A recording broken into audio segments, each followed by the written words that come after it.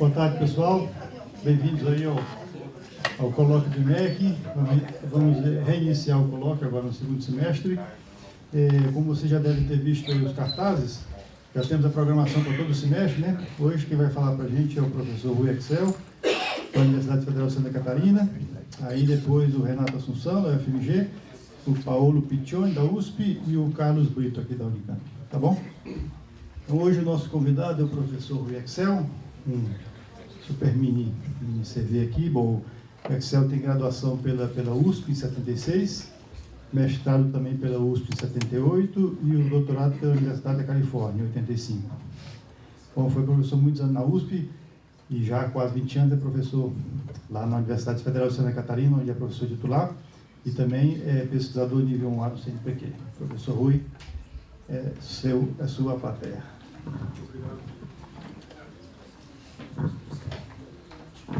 Muito obrigado, vocês estão me ouvindo? Muito obrigado, Carline, pelo convite, pela honra de poder falar aqui para vocês. Eu peço um pouco de desculpas que eu estou meio gripado e minha voz não é o que ela normalmente é, mas eu vou tentar fazer o máximo de esforço aqui para sobreviver. Vamos lá, então.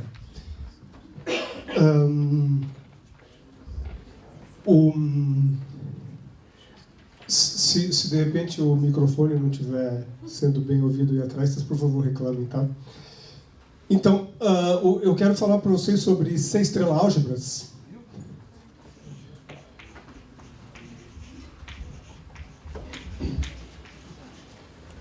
O assunto de 6 álgebras é um assunto muito amplo, muito vasto, que tem aplicações em várias áreas da matemática. E deixa eu dar a definição mais curta e grossa que é possível dar a respeito de 6 álgebras. Então, vamos considerar o espaço de Hilbert.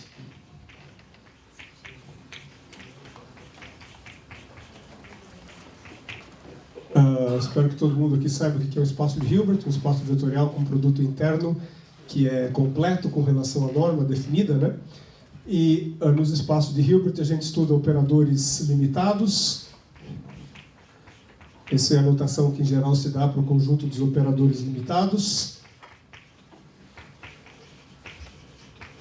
que são transformações lineares contínuas do espaço H para o espaço H. Um ingrediente importantíssimo que tem no conjunto dos operadores limitados é a famosa operação de involução.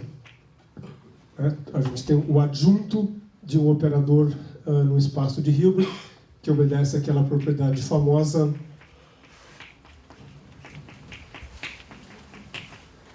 então, dado qualquer operador, existe um único operador T estrela que obedece essa igualdade para quaisquer vetores x e y. Então, a definição de uma 6 álgebra é a seguinte: uma 6 álgebra é uma subálgebra. O conjunto dos operadores tem uma estrutura de álgebra natural, onde o produto é a composição de operadores, né? E eu estou falando de uma subálgebra que tem que ser fechada na norma. E todo mundo sabe que existe uma noção de norma de operadores, né? Conjunto, a norma faz de B de H um espaço normado completo. Então, a gente exige que A seja um subconjunto, além de ser uma subálgebra, tem que ser fechada na norma.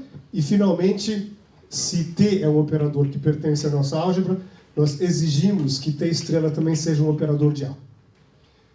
Então, essa é a definição concreta de uma 6 álgebra. Existe uma definição alternativa, que é uma definição abstrata, que diz que uma 6 álgebra é uma álgebra equipada como operação de involução, etc. e tal. Mas, no final das contas, tem um teorema que diz que toda 6 álgebra, definida abstratamente, é isomorfa a uma álgebra concreta de operadores. Muito bem. Como que a gente produz exemplos de 6 álgebras? Uma maneira muito barata de produzir exemplos de 6 álgebras é o seguinte: escolhe uma família qualquer de operadores no espaço de Hilbert. Você deve ter seus operadores favoritos aí. você pode simplesmente considerar a C-estrela álgebra gerada por esses operadores. O que é isso? É a menor C-estrela álgebra de operadores que contém esses operadores TI. Então, o que vai entrar aqui dentro? Todos os operadores TI vão ser elementos daqui. Se a gente quer que a álgebra seja fechada com relação ao adjunto, o adjunto desses operadores também tem que estar lá. E os produtos dessas coisas todas, né? TI, TJ, com ou sem estrela. Então, você escreve uma coleção aqui de uma palavra usando TIs e TIs estrelas, e aí você pega o espaço vetorial gerado, fecho, isso é uma C-estrela álgebra e é chamada C-estrela álgebra gerada por esses operadores.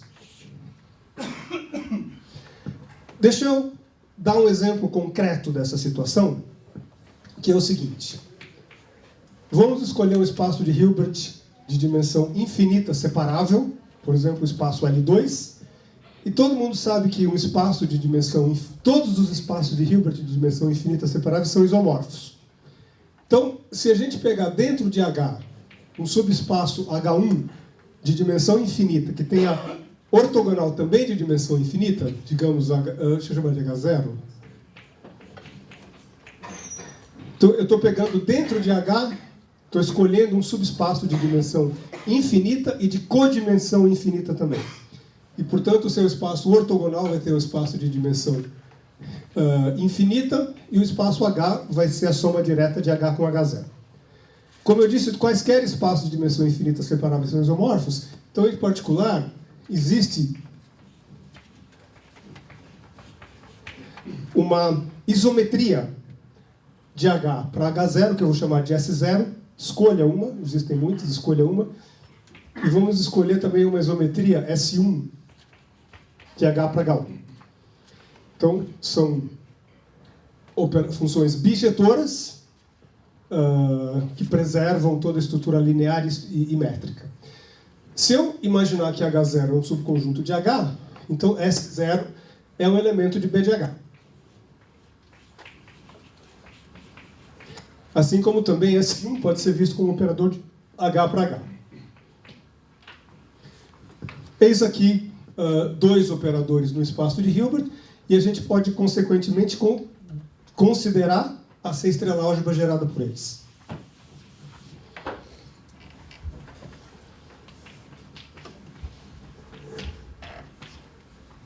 Essa C-estrela álgebra ela é normalmente denotada por O2, e ela é chamada de álgebra de Kuntz.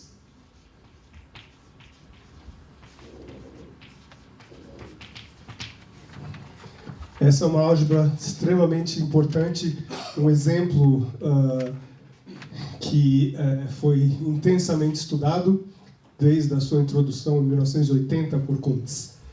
Como é que você estuda uma álgebra dessa? Que a gente está... Esse processo de construção de C-estrela álgebras que eu acabo de descrever para vocês é como uma arma na mão de uma criança. Você tem... É muito fácil você escrever meia dúzia de operadores e, assim, produzir uma C-estrela álgebra. Mas como que você estuda essa álgebra? Por exemplo, será que essa álgebra tem ideais bilaterais fechados? Será que essa álgebra...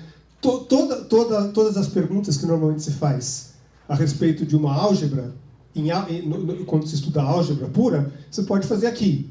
Né? Quais são, por exemplo, quais são os ideais? Então, deixa eu mostrar para vocês um pouquinho da técnica que a gente pode estudar. Em primeiro lugar, eu quero, já que a gente precisa do adjunto dos operadores, eu gostaria de saber quem são os adjuntos desses dois caras que estão aqui. Então, o nosso espaço H, ele é H0 mais H1. Eu vou enfatizar essa decomposição. E, por exemplo, o operador S0 estrela, ele é um operador de H para H. Como é que ele funciona? Uma coisa que a gente sabe é que o S0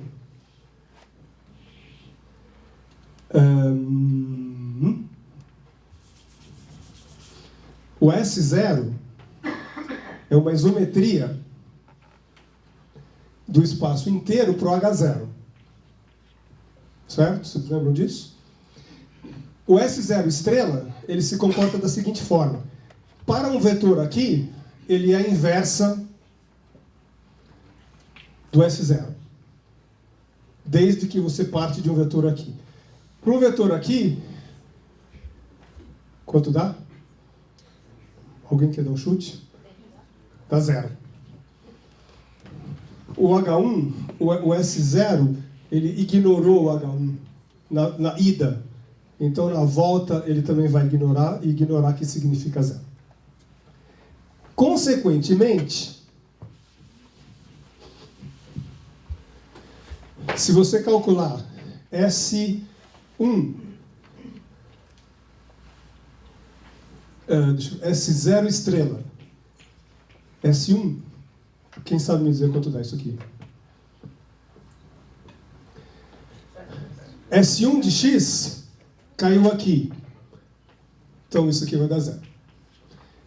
E quem sabe me dizer o que dá S0 estrela, S0?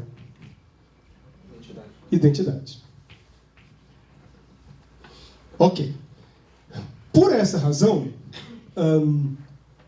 quando você começa a fazer essas saladas de operadores aqui, a situação simplifica drasticamente. Se você tem uma salada de operadores, digamos que em algum lugar aqui você tem um S com estrela, e aqui um S sem estrela. Desculpa. O S0 estrela, S0 dá identidade restrita a H0, né? Porque meu complemento era 0. Não? S0 vem daqui para cá. E a volta? E a volta... Esquece a segunda componente e só inverte a primeira. Mas depois que você calculou... Se você vai calcular isso, o seu S0 de x está aqui. Quando você calcula o S0 estrela dele, quer dizer, esse cara aqui, isso aqui nunca vai estar no núcleo do S0 estrela. Então isso dá identidade. Por essa razão, que o fato que esse S0 estrela anula alguns vetores, não apita nada, porque esse vetor aqui não vai ser anulado. Então a gente tem a identidade. Ok, então o que eu estou tentando mais ou menos é organizar essas saladas de produtos de S0, S1, S0 estrela, etc. Tal. Imagina que você tem uma salada aqui. Imagina que em algum lugar você tem uma estrela e do lado de cá tem uma coisa que não tem estrela. O que vai acontecer? Se é o próprio S0 que está aqui, o S1 é a mesma coisa, você pode simplesmente cancelar porque é o produto da identidade. Por outro lado, se for índices diferentes, vai dar 0. Então isso faz com que o resultado é o seguinte: O2, a nossa álgebra, é linearmente gerada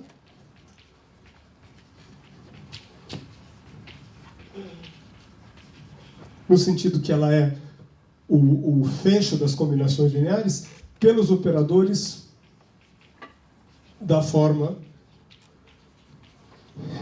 S alfa 1, S alfa 2, S alfa n, S beta m estrela, S beta 1 estrela. Então eu posso considerar apenas as saladas que tem todo mundo sem estrela aqui e todo mundo com estrela do lado de lá.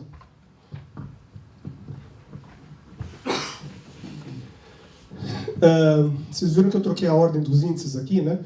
Porque eu quero chamar isso aqui de S alfa. E aí eu posso chamar isso aqui de S beta estrela. Certo? Onde alfa e beta são palavras no alfabeto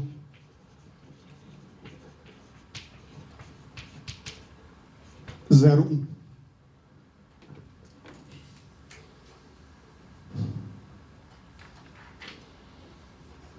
Ok. Se a gente tivesse um monte de tempo, eu ia demonstrar para vocês essa igualdade aqui. Tá.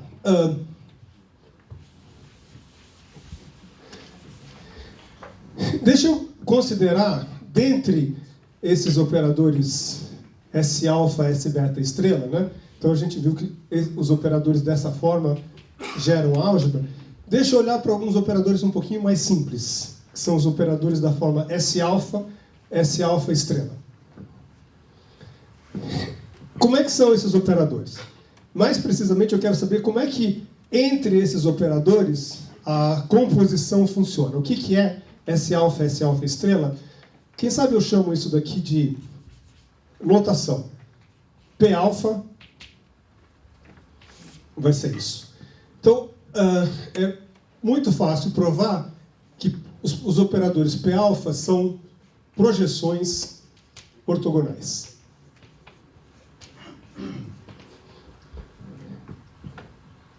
Além disso, se você calcula P alfa vezes P beta, acho que eu devia fazer uma conta dessa, né? Deixa eu fazer uma conta dessa.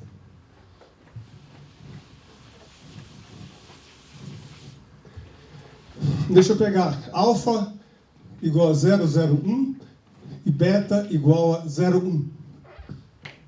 Tá?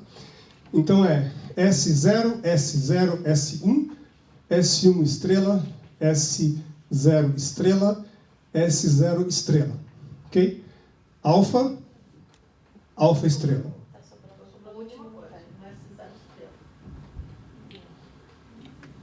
001.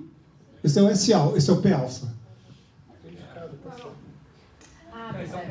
Tá certo? Agora eu vou colocar o P beta.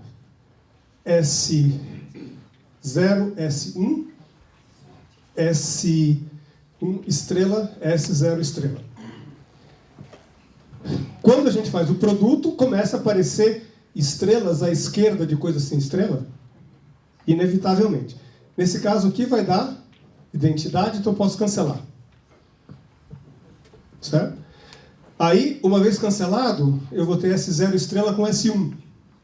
Isso dá 0. Esse foi o primeiro exemplo. Deixa eu fazer o segundo exemplo.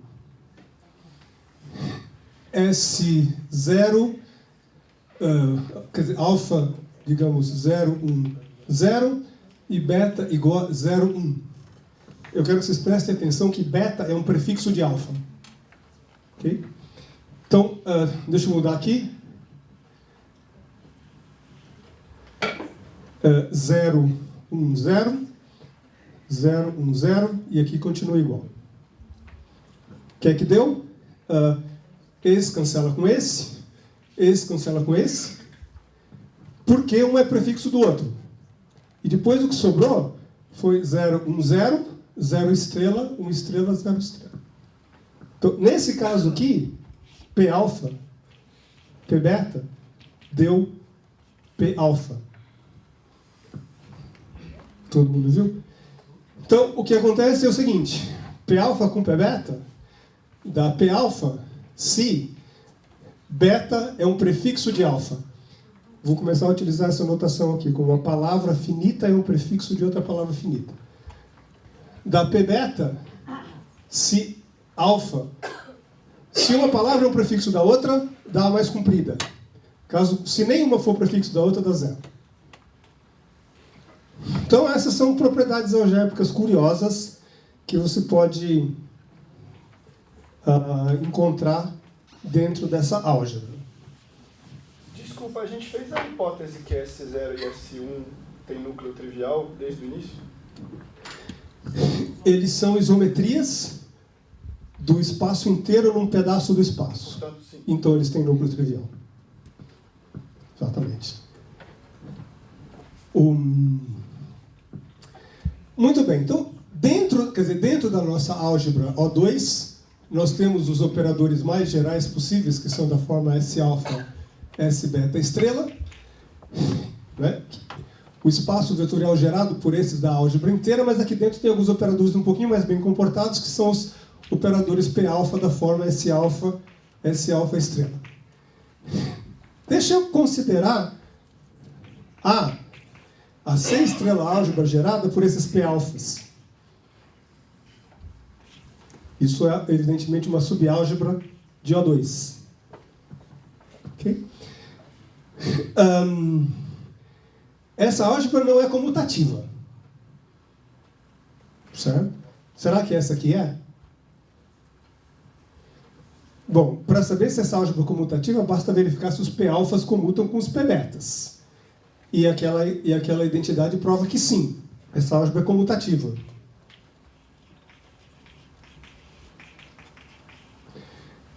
Existe um teorema de Gelfand, que diz que toda C estrela álgebra comutativa é isomorfa à álgebra de funções contínuas num espaço topológico compacto, desde que a álgebra tem unidade. Existe um isomorfismo entre essa álgebra e alguma álgebra do tipo C de x, onde x é um espaço compacto. Quem será esse x?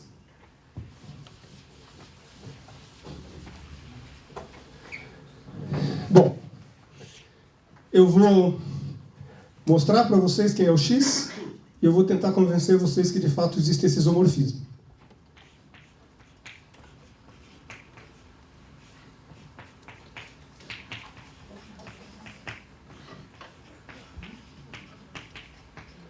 X é o conjunto de Cantor. O conjunto de Cantor, todo mundo sabe o que é, pega um espaço topológico com 2 pontos 0 e 1, com a topologia discreta, e faz o produto cartesiano desse espaço por si mesmo infinitas vezes. Esse é o conjunto de Cantor com a topologia produto. Uns conjuntos super importantes no conjunto de Cantor são os cilindros. Vamos considerar o conjunto de todos os x. São palavras infinitas. Começou a aparecer palavras infinitas no alfabeto 01, né? Até agora a gente estava falando de palavras finitas, mas agora tem palavras infinitas. Então vamos considerar o conjunto do x, tais que x1 é alfa 1, x2 é alfa 2, xn é alfa n, onde esses alfas são as letras de uma palavra finita pré-estabelecida. Escolha uma palavra finita alfa e considere o conjunto de todas as palavras infinitas que tem como prefixo alfa. Isto é um conjunto, um subconjunto do conjunto de Cantor. E se você está acostumado com a topologia produto, esse conjunto aqui é um conjunto Klopen, um conjunto que ele é simultaneamente aberto e fechado. Isso só acontece em espaços muito desconexos, a exemplo do conjunto de Cantor. Toda vez que você tem um conjunto que ele é fechado e aberto, a função característica de Z alfa, que eu vou chamar de Q alfa, é uma função contínua. Quando que uma função característica pode ser uma função contínua? Quando o conjunto do qual a gente está falando é aberto e fechado ao mesmo tempo. Então isso aqui é um elemento de C de x. Ok?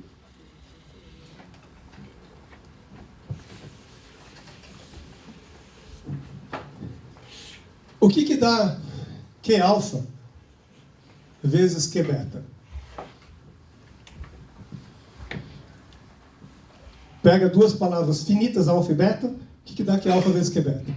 Bom, isso aqui é a função característica do Z alfa vezes a característica do Z beta, e todo mundo sabe que o produto de duas funções características é a função característica da interseção.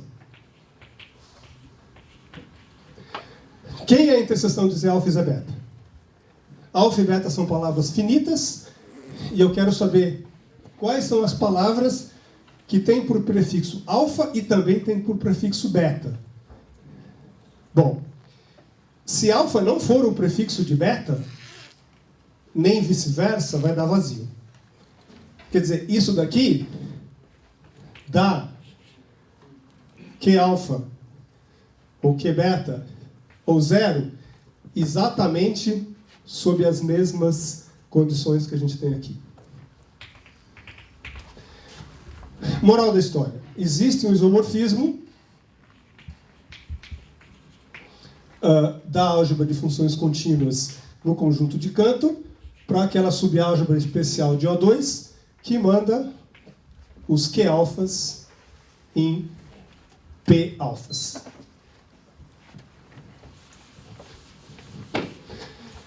Ok. Então, eu tenho segundas intenções aqui.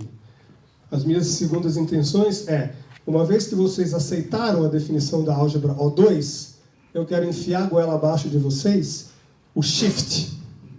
Quem que é o shift?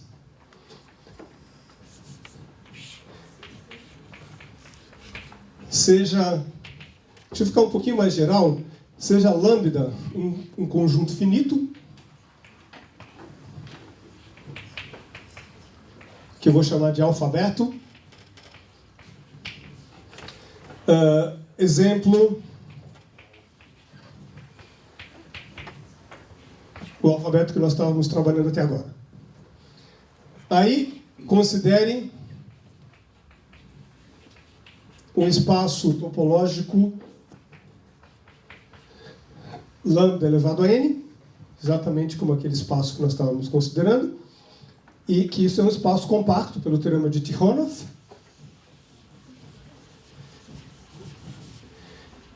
E nesse espaço existe uma dinâmica super interessante, que é uma função contínua de x em x, que é chamada do shift. O shift manda uma sequência, uma palavra infinita, você translada a palavra para a esquerda, deleta a primeira letra, assim por diante. O que acontece é que o shift de uma... eu espero que eu tenha convencido vocês que dentro da álgebra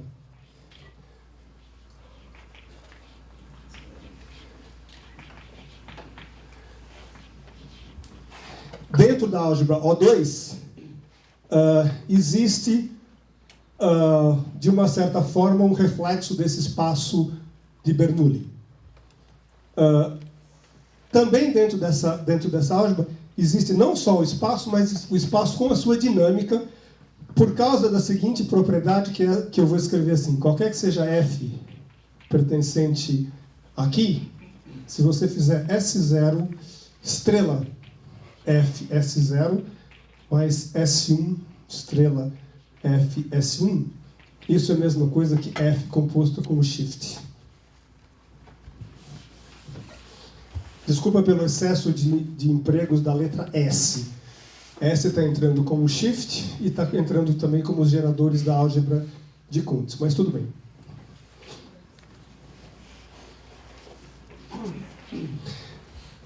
Então, o que acontece é que, se você vê a álgebra de funções contínuas dentro de O2, através desse isomorfismo, então, você pode multiplicar Fs por Ss. E a dinâmica a nível dos observáveis pode ser caracterizada algebricamente. Enfim.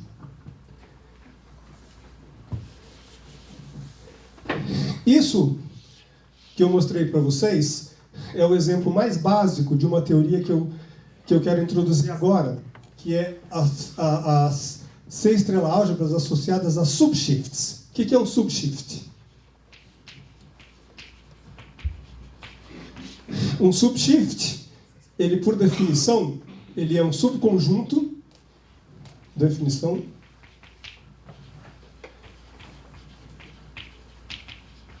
o shift é um subconjunto X contido no espaço de Bernoulli, fechado na topologia, tal que S de X está contido em X. Então, qualquer subconjunto fechado que é invariante pelo shift é chamado um subshift. Exemplos de subshifts. Vamos considerar lambda, o alfabeto com 26 letras, certo? E vamos considerar x, o conjunto das palavras infinitas que não contém palavrões. Você já pensou, se você é um pesquisador na área de sistemas dinâmicos, você está lá fazendo suas contas de noite, de repente chega um familiar seu e vê que você está falando, você tem uma palavra, de repente aqui no meio aparece um palavrão? Não pode, né? Bom, se você tem uma palavra infinita, onde não aparece nenhum palavrão, será que aqui vai aparecer um palavrão? Tirou uma letra, não pode aparecer. Vai aparecer menos coisas, né? Então, isso daqui é um subshift. Agora, o que é um palavrão? Um palavrão é um palavrão em inglês, ou um palavrão em português, ou, não sei, se você está conversando com um curitiano, de repente a palavra Palmeiras pode ser um palavrão. Se você está conversando com um palmeirense, de repente a palavra Corinthians. Palavrão é uma coisa muito relativa. Então, digamos que palavrão é um conjunto P de palavras finitas que você convenciona serem os seus palavrões. Pode ser qualquer conjunto, certo? Qualquer que seja a noção de palavrão que você tem em mente, isso daqui dá um subshift.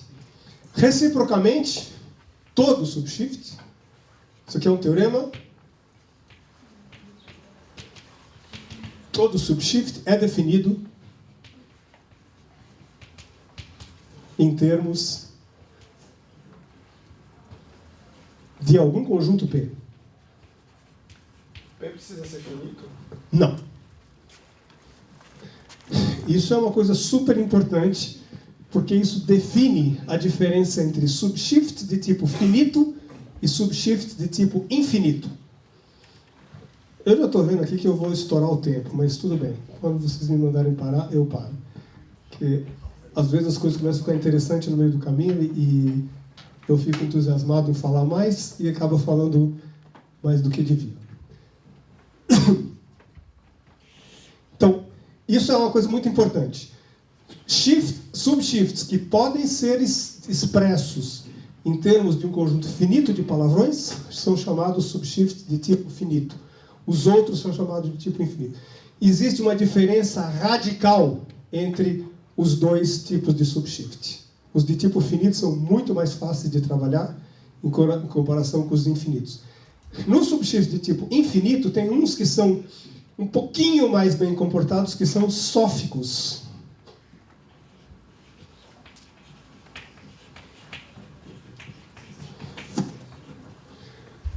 O que é um subshift sófico? Eu vou dar para vocês o exemplo mais conhecido de subshift sófico. Considera um grafo dirigido. Um grafo dirigido é um bando de pontos, um bando de arestas ligando eles. E essas arestas vão ter labels. Eu vou colocar label 0 aqui, label 1 nessa aresta. E nessa aresta, se você quiser, você pode colocar label 3 ou label 2. Mas eu vou fazer uma redundância, eu vou colocar label 0 aqui também. Aí eu vou sair passeando pelo meu grafo. E cada passo que eu dou, eu registro o label da aresta que eu passei. Por exemplo, eu começo aqui, passeio até ficar tonto, eu falo, não, deixa eu deixar de ficar tonto, aí eu venho para cá, decido vir para cá outra vez, ou decido continuar com um. Todas as palavras que eu produzi através dos meus passeios vão compor um conjunto X que vai ser um subshift. Tem alguma palavra proibida aqui?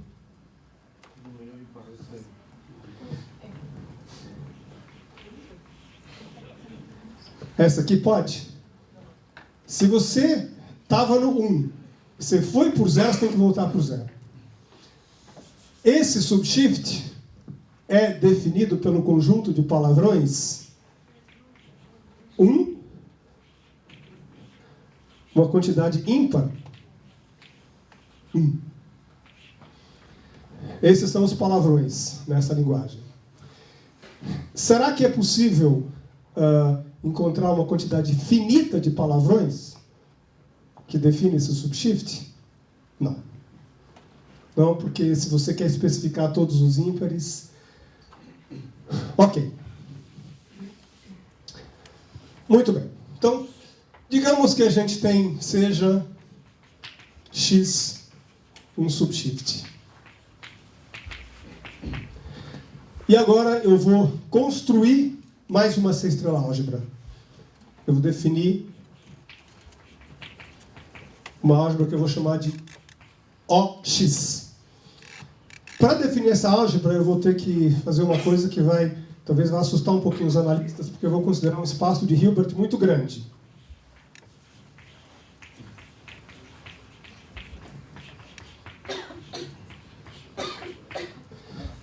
Eu vou considerar o L2 de x.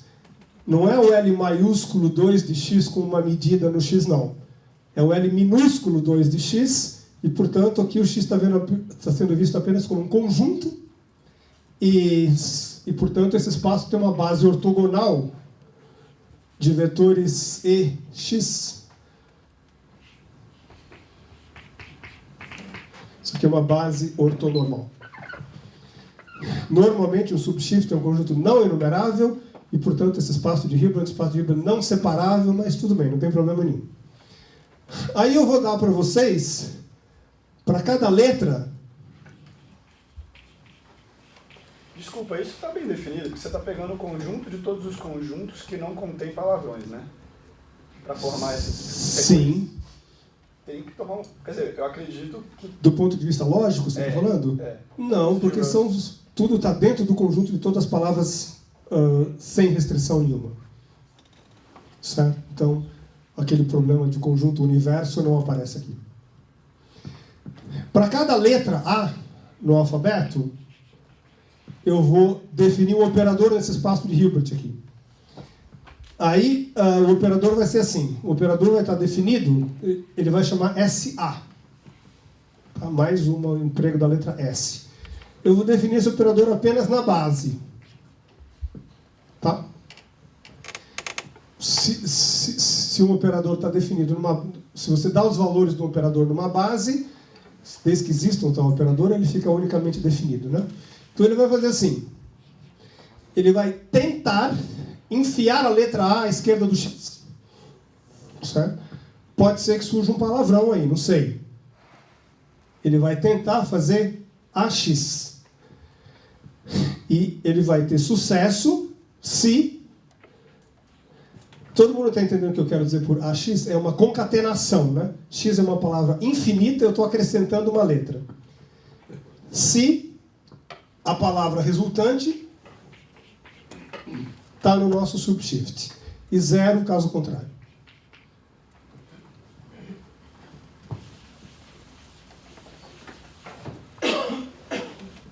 Ok. Então, temos um conjunto finito de letras. Para cada letra, nós temos um operador no espaço de Hilbert. É um operador bem definido esse. E aí, a gente define OX como sendo a sextrela álgebra gerada por esse conjunto finito de operadores. E essa álgebra foi uma álgebra que deu muito pano para a manga, porque ela começou sendo estudada por um matemático japonês chamado Matsumoto, e ele escreveu uma sequência de artigos a respeito dessa álgebra, e depois, quando eu estava talvez no 6º ou 7º, percebeu-se um erro gravíssimo num dos primeiros artigos da série. E aí, junto com o Toke Meyer Carlsen de Copenhagen, o Matsumoto e o Carlsen escreveram um artigo que começava assim: lembra aquele artigo lá do passado? Ele tem um erro que influenciou tais e tais e tais e tais artigos. Os resultados comprometidos foram tais e tais e tais e tais. E aí, para corrigir os resultados, nós precisamos fazer tal. Ficou uma coisa meio confusa. Coisa bem confusa mesmo. Porque o erro demorou muito tempo para ser percebido. Mas, enfim, essa é a álgebra, e essa é uma álgebra muito tricky, especialmente quando o shift é de tipo infinito. Quando é de tipo finito, o erro do Matsumoto não afeta em nada. Como é que se estuda essa álgebra? Muito bem. Então,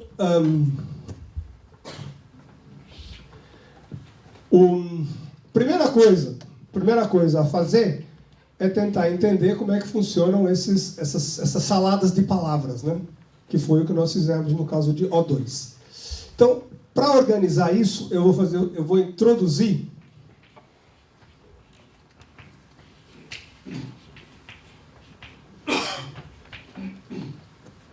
o grupo livre. Se você tem um conjunto qualquer, você pode considerar o grupo livre gerado por esse conjunto. É o maior grupo possível que você pode gerar com elementos de lambda. E aí, para cada elemento G do grupo livre, eu vou definir um operador UG, que vai ser um operador dentro dessa álgebra, e essa meio que representação de grupo aqui vai ser fundamental. Como que eu vou fazer isso? O grupo tem tantos geradores quanto as letras do nosso alfabeto. Então eu vou fazer assim, se a letra for A, alguém quer sugerir um elemento de OX associado à letra A? Eu costumo falar para os meus alunos, se você está na hora de tomar uma decisão importante em matemática, você levanta a cabeça e olha para o universo e vê se tem alguém que está escrito no quadro que... SA, é claro, né? Bom, acontece que no grupo livre existe A e existe A menos 1 também. Será que a gente deveria mandar no SA A menos 1? Bom, será que esse operador é inversível? Será que esse operador é inversível? Bom, na imagem desse operador, todos os vetores da base começam com a letra A. Então ele não é sobrejetor. Então não é inversível. Então não posso fazer menos 1 aqui. Em ser estrela álgebra, quando você não pode fazer menos 1, tem uma coisa que você pode fazer, que é fazer estrela. Quando o operador é unitário, dá na mesma. Quando não é... Desculpa, quem que é a identidade do OX? A identidade do OX... É não colocar letra nenhuma na frente, né? Digamos que a gente coloca por default. Então é isso daí junto com uma identidade. Vamos acrescentar a identidade. Na verdade, a somatória de SA estrela já dá a identidade. Então ela entra de mansinho, mas se você quiser colocar tanto faz. As projeções, eles decompõem a identidade. Exatamente. Porque toda palavra começa com uma única letra. É isso que está acontecendo. E esse espaço daí é a álgebra das funções contínuas em que espaço relativamente a... Esse é o segredo mais secreto da minha palestra. Esse é o ponto onde o Matsumoto errou. Olhando para o relógio aqui, eu estou vendo que eu não vou chegar lá. Mas, enfim. Aí, vamos fazer assim. Para outros elementos do grupo, eu faço assim. Dado um elemento qualquer do grupo, eu escrevo ele como um produto, onde cada um desses GIs aqui, ou é um A, ou é um A menos 1. Assim é o grupo livre, todo elemento do grupo livre pode ser escrito assim, de uma forma minimal única, que é a famosa forma reduzida. Aí, esse cara aqui, eu mando no UG1 até UGN. Sendo que esses GIs, já que são ou letras menos 1, eu já defini para vocês o que ela traz. Então, isso define uma função do grupo livre na álgebra. Propriedades dessa função. Primeira propriedade, o 1 é o operador identidade, meio que por default. tá? Por default. Segunda propriedade, o G menos 1 é o G estrela. Terceira propriedade, o G, o H, é igual a U, GH. Acreditam ou não? Vocês não devem acreditar. Por quê? Essas três propriedades que eu defini aí definem uma representação unitária de um grupo. Uma representação unitária de um grupo vai em elementos unitários da álgebra. Esses elementos não são unitários, não são nem inversíveis. Então isso aqui é falso, não é verdade isso aqui. Para corrigir,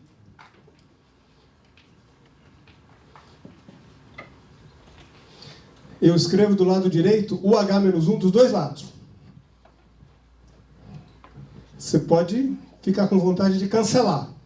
Se você puder cancelar, você cai de volta na definição de uma representação unitária de um grupo. Mas não pode cancelar porque essas coisas não são bijetoras. Essas três propriedades definem o que se chama uma representação parcial do grupo G, no caso F'. Uma representação parcial de um grupo é uma coisa que parece com uma representação unitária de um grupo, mas ela tem aquele elemento que não pode ser cancelado do lado direito. Eu vou ter que correr agora, porque eu tenho 3 minutos, mas o fato é que, em termos dessa representação parcial, a gente consegue chegar no tal espaço topológico que é o que mais nos interessa. Defina EG, ou deixa eu chamar de PG, o elemento UG estrela. Esse aqui é para ser pensado como aqueles nossos S-alfa estrela. Fato, os PGs são projeções ortogonais e comutam entre si.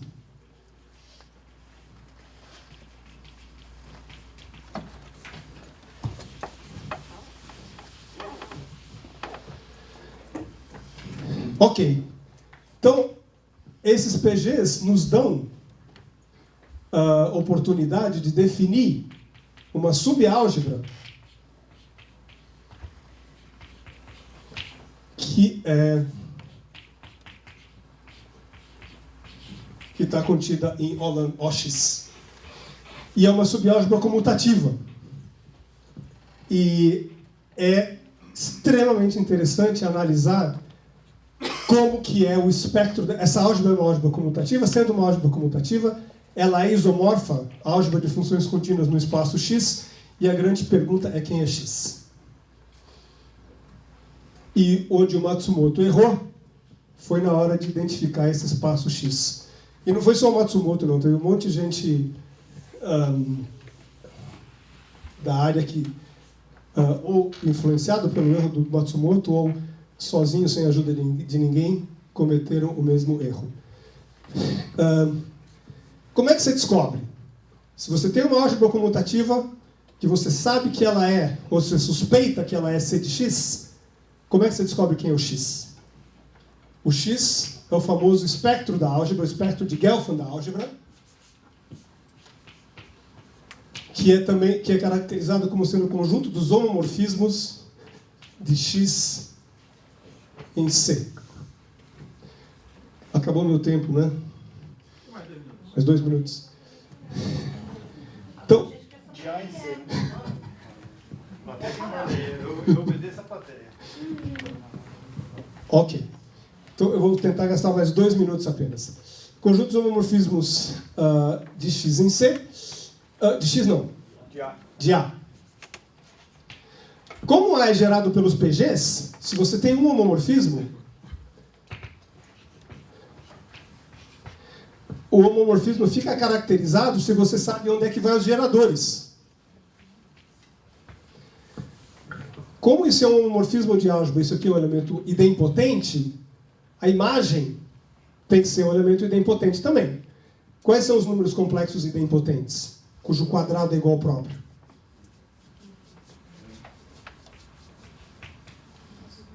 Zero e 1. Certo? Então, se você tem um homomorfismo da álgebra, você, a cada elemento do grupo livre, você associa 0 ou 1. Então, agora, de repente, a gente podia mostrar o...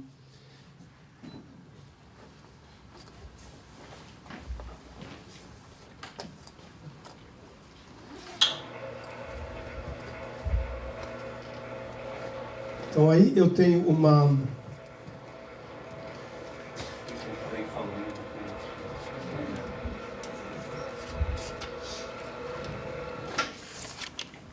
Então, aqui, esse aqui é um exemplo do grupo livre com 2 geradores. E aqui é a unidade, todo mundo conhece a árvore de Cayley do grupo livre, né?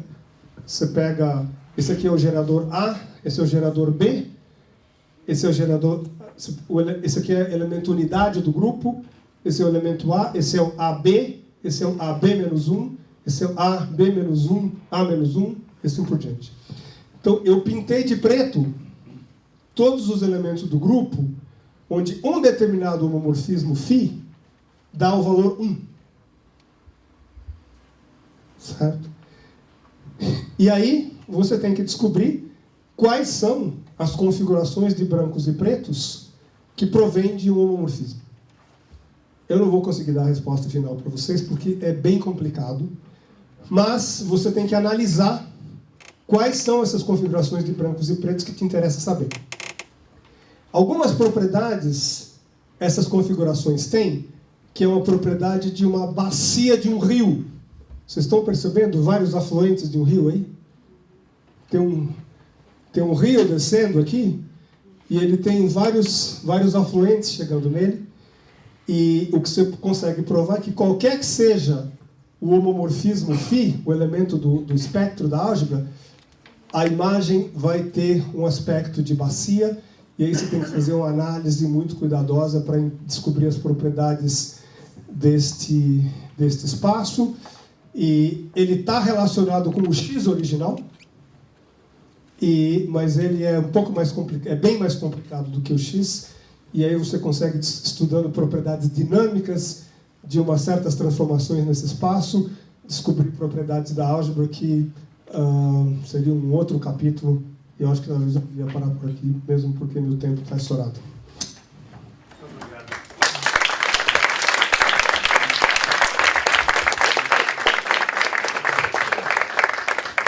Bom, já viram qual é o segredo de ganhar mais tempo, né? É fazer essa finalização. Perguntas? Você tem exemplos de espaços X, os invariantes topológicos são iguais, mas tem árvores diferentes, que você consegue classificar? Quer dizer, essa árvore, ela é árvore de um elemento do espaço X, né?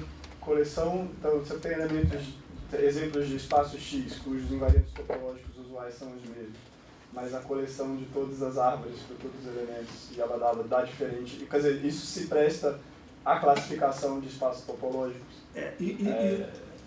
Então, uma pergunta que, eu não sei se eu entendi exatamente o que você falou, mas uma pergunta interessante é saber se essa álgebra caracteriza os subshifts do qual você partiu. Né? Essa é uma questão super importante de saber. Né? Tem inúmeras tentativas, não só nessa área, como em outras áreas onde determinados sistemas dinâmicos dão origem a essa estrela álgebra, onde esse é o problema central. Saber até que ponto essa estrela álgebra reflete para você as propriedades do seu sistema dinâmico original. Né? Aqui eu acho que... Você tem um exemplo bem pedestre assim, de um caso que dá para fazer? No caso de subshifts de tipo finito, existe uma caracterização, que é uma caracterização em termos dos grupos de K-teoria das álgebras associadas, que foi obtida pelo Hordam na Dinamarca. Né? Então, se dois subshifts de tipo finito dão origem a álgebras com os mesmos invariantes de K-teoria, você descobre que os subshifts... Em algumas situações, não é uma equivalência direta, não é uma conjugação de subshifts, mas às vezes é o que eles chamam de orbit equivalent. dois sistemas dinâmicos são chamados orbit equivalent, quando existe quando o espaço de órbitas é igual. Mas você tocou numa ferida assim, realmente aberta, onde tem, inclusive, atualmente, muita atividade entre os canadenses também. Mais perguntas?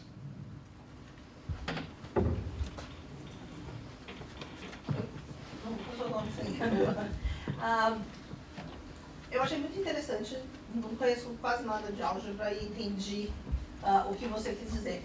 Tem alguma probabilidade que a gente, algum estudo que faz probabilidade em cima dessas Sim, sei lá, com certeza. Porque essas Se álgebras... você quiser gastar menos energia. Essas álgebras, elas são utilizadas em modelos de sistemas termodinâmicos. E onde a questão fundamental que você quer estudar é a questão que vocês estudam como sistemas de partículas, transição de fase, etc. e tal. E existe um estudo do que se chama os estados KMS sobre uma C-estrela álgebra que tem uma certa dinâmica, que acaba estudando uma certa probabilidade. E, quer dizer, no caso aqui, o espaço, justamente esse espaço misterioso que eu estou falando, medidas de probabilidade nesse espaço que obedecem uma certa equação de Rowell e Perron-Frobenius são as medidas que nos interessam para caracterizar os estados de Gibbs, os estados que na versão quântica dos estados de Gibbs são os estados de Kubo-Martin-Schwinger, que existe muita probabilidade interessante aqui. Quer dizer, o tipo de problema que acontece é a gente tem uma certa equação, que é a equação de Rowell e Perron-Frobenius, cuja solução é uma medida de probabilidade que você tem que procurar. A sua C-estrela álgebra ela é normada, por definição, né? Sim, ela é uma subálgebra de BDH. Se isso induz algum tipo de medida, algum tipo de estrutura de natureza métrica em X de volta quando você faz o spec? Quer dizer... Não. Ou dito de outra forma, se eu mudar essa norma, se eu variar essa deformação... Ninguém faz isso. Porque é proibido fazer isso. Porque se você pegar a sua norma e jogar lá fora e me mostrar a estrutura algébrica, eu descubro a norma que você jogou fora. A norma é sagrada. Ela está embutida na estrutura algébrica. Porém, você faz uma pergunta para mim, eu respondo para você com uma outra pergunta. Que tipo de estrutura você pode colocar nessa álgebra que corresponda a uma métrica no espaço X? Isso é uma coisa extremamente importante e que tem se estudado muito hoje em dia e que está um pouco relacionada com a norma de Lipschitz. Se você tem uma função lipschitziana, essa função lipschitziana tem uma constante de Lipschitz. A constante de Lipschitz da função não depende apenas da topologia do espaço, mas depende da métrica. Né? Então, o que você tem que fazer, você olha para a álgebra, você imagina que a álgebra é um conjunto de funções em algum espaço, e aí você vai colocar a constante de Lipschitz para os elementos da álgebra. Então, isso define, inclusive, o que é chamado um espaço métrico quântico, que é a versão de um espaço métrico numa álgebra não comutativa. É o teorema do Alan-Cohen. O Cohen andou brincando com relação a isso, mas não tem o teorema, tem os teoremas do Alan-Cohen, tem muita coisa que o Alan-Cohen fez, né? Mas nessa linha de métrica também tem a coisa dos spectral triples, e que está bastante relacionado. Que eu também devo dizer que eu não entendo muito bem também. Muito bem, vamos agradecer.